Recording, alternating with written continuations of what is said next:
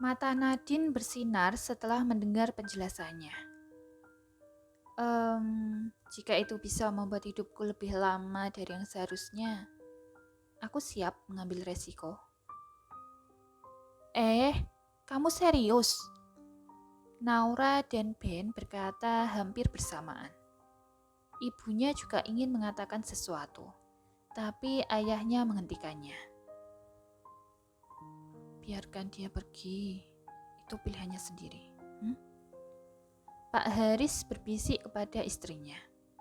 Ibu Andrea mengangguk perlahan. Sebenarnya ia khawatir.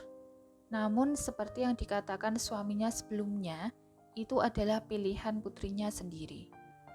Mereka telah memutuskan segalanya sejak dia mengalami mutasi, dan sekarang adalah pilihannya sendiri untuk memutuskan apa yang ingin dia lakukan dengan hidupnya. Nadine berbalik untuk melihat Ben. Kemudian dia menoleh ke Naura. Aku ingin hidup, dan aku memutuskan untuk hidup. Kenapa kalian begitu terkejut? Naura menggelengkan kepalanya. Tidak, kami bahagia untukmu. Ben menurunkan pandangannya. Dia mendesah. Aku hanya khawatir kamu akan terluka. Tatapan Nadine berubah lembut. Dia tahu bagaimana Ben mencintainya.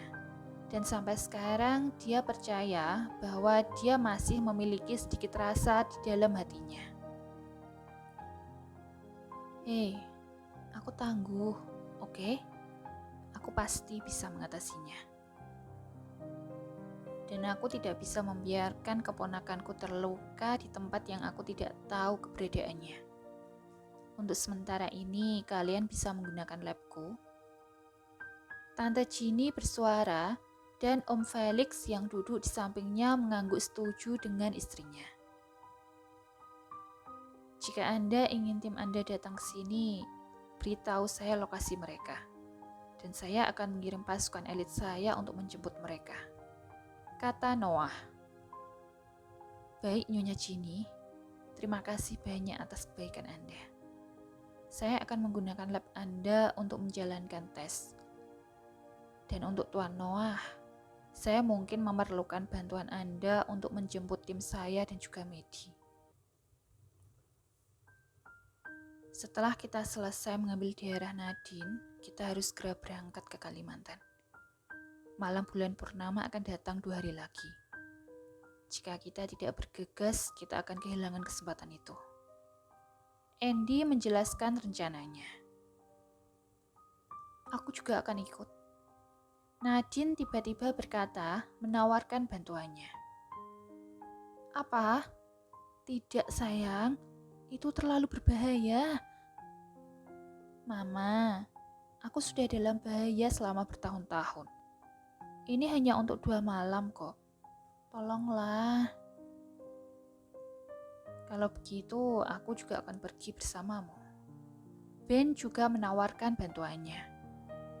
Ben, suamimu tidak ada di sini, Tuan Putri. Jadi biarkan aku melindungimu dan Andi. Dan juga pria bernama Medi. Apa kamu yakin ingin pergi? Pak Haris bertanya dengan tegas. Iya, Papa. Jawabnya tanpa keraguan sama sekali. Kalau begitu, aman. Sip, Papa. Dia tersenyum bahagia kepada ayahnya. Jadi, diskusi kita akan berakhir di sini untuk malam ini. Noah, siapkan pasukan untuk menjemput tim Tuan Andy. Dan Ginny, bantu mereka menyiapkan fasilitas lengkap untuk kegunaannya. Dalam 2 hari ke depan, Nadine, Ben, dan Andy akan menjalankan misi mereka. Kembalilah dengan selamat. Kami semua menunggu kepulangan kalian. Mata Pak Haris tertuju kepada putrinya, Nadine. Hai Dev, 2 hari ke depan aku akan pergi memancing dengan ayahku. Jadi mungkin aku tidak bisa menghubungimu untuk sementara. Tapi kamu tidak perlu khawatir. Aku akan segera menelponmu begitu aku kembali ke daratan. Oke? Nadine memberitahu suaminya tentang misi dengan cara lain sehingga dia tidak terlalu mengkhawatirkannya. Suaminya itu masih sibuk dengan masalah kantornya.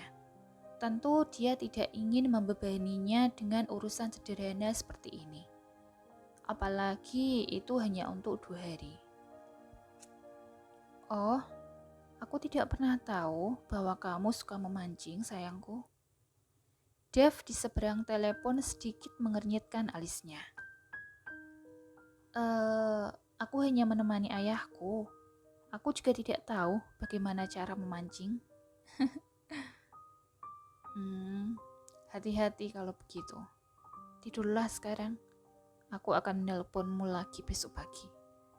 Atau mungkin kita bisa melakukan panggilan video. Boleh juga. Tapi apa kamu yakin kamu bisa menahan diri setelah melihatku? Dia menggodanya. Dev di telepon tertawa kecil. Bisa, asalkan kamu tidak.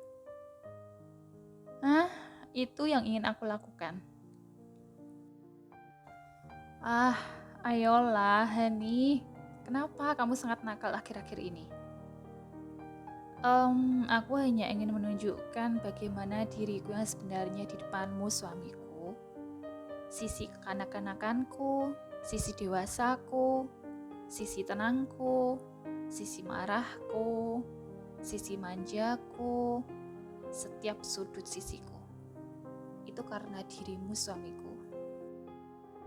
Suaranya begitu lembut membuat jantung Dev berdetak sangat cepat. Wajahnya sudah merah padam sekarang. Aku sangat bersyukur bisa menjadi suamimu kalau begitu. Tunjukkan hanya padaku, Hani. Oke? Dan aku akan menunjukkan sisiku juga hanya padamu. Aku ingin tinggal bersamamu sampai akhir waktu. Nadine memejamkan matanya, mencoba menyerap setiap kata yang dia katakan padanya.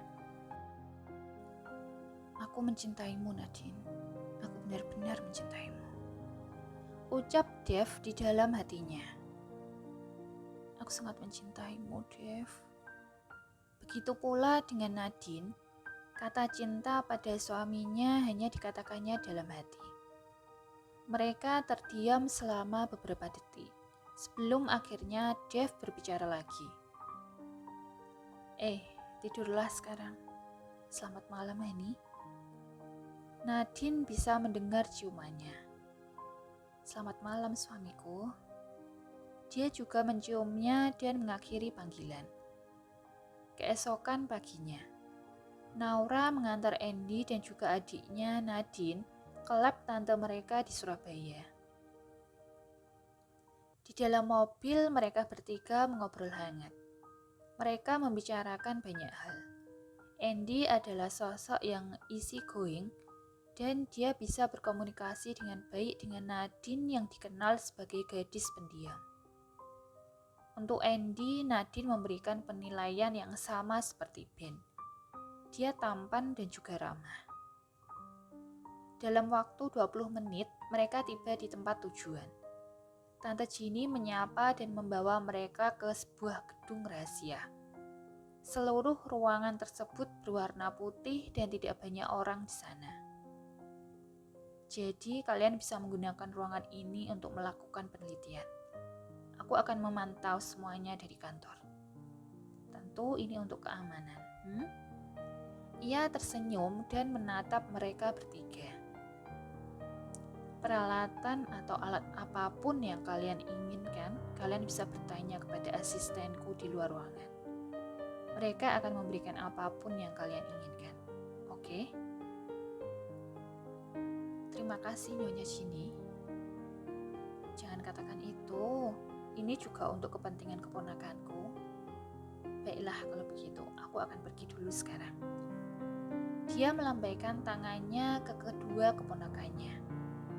Dia menginginkan seorang anak perempuan, tetapi dia kurang beruntung. Tante Ginny dan suaminya hanya memiliki seorang putra sebagai anak tunggalnya. Dan suaminya tentu benar-benar memanjakan putranya itu. Itulah sebabnya ketika Nadine dan Naura masih kecil, dia suka bermain dengan mereka berdua. Mereka bahkan tinggal di rumahnya selama beberapa hari ketika mereka punya waktu. Mereka berdua benar-benar dimanjakan oleh semua anggota keluarga Maiswara. Begitu Tante Ginny keluar, Andy mulai melihat sekeliling ruangan. Untuk hari ini, kurasa aku akan mengambil sampel darahmu saja. Rekan satu timku mungkin baru akan tiba larut malam. Jadi kemungkinan mereka akan mulai memeriksa darahmu besok pagi. Tidak apa-apa, luangkan waktumu. Baiklah. Nadine berjalan ke sebuah ruangan kaca di mana terdapat sebuah tempat tidur dan peralatan lengkap seperti di rumah sakit. Now, bisakah kita bicara? Ia memanggil Naura yang masih di luar ruangan. Dia sedang menyalakan komputer ketika adiknya memanggilnya. Ada apa? Naura membalikkan badan dan ikut masuk ke dalam ruangan. Keduanya duduk di tepi ranjang. Nadine memegang tangan kakaknya itu. Apa aku pernah kehilangan ingatan saat masih kecil? Dia bertanya padanya karena rasa ingin tahu yang terus mengganggunya dalam beberapa hari terakhir. Hah? Kapan? Naura sangat terkejut. Kupikir ada sesuatu yang terlewatkan, tapi aku tidak bisa mengingat tentang apa yang dia katakan. Dia siapa? Apa sih yang terjadi? Tolonglah ceritakan lebih detail, Nadine. Tuntutan dari Naura. Apa kau masih ingat dengan V? Si itu. Tentu aku masih ingat dengannya. Ia melirik Nadine sedikit. Dia mengatakan kalau aku pernah menyakiti Dev berkali-kali dan menghancurkan hatinya. Apa kamu benar-benar melakukannya? Tidak, aku hanya menolaknya sekali. Dan itu juga karena aku melihat mereka berciuman. Aku sangat terluka saat itu, dan dia mengejarku sampai ke pantai. Dev ingin mengatakan sesuatu, tapi aku mengatakan kepadanya bahwa aku membencinya. Lalu aku meninggalkannya setelah itu. Dan beberapa hari kemudian, dia kembali ke Rusia. Jadi aku tidak punya kesempatan untuk mengatakan permintaan maaf dan menyatakan perasaanku yang sesungguhnya padanya. Naura menghela nafas.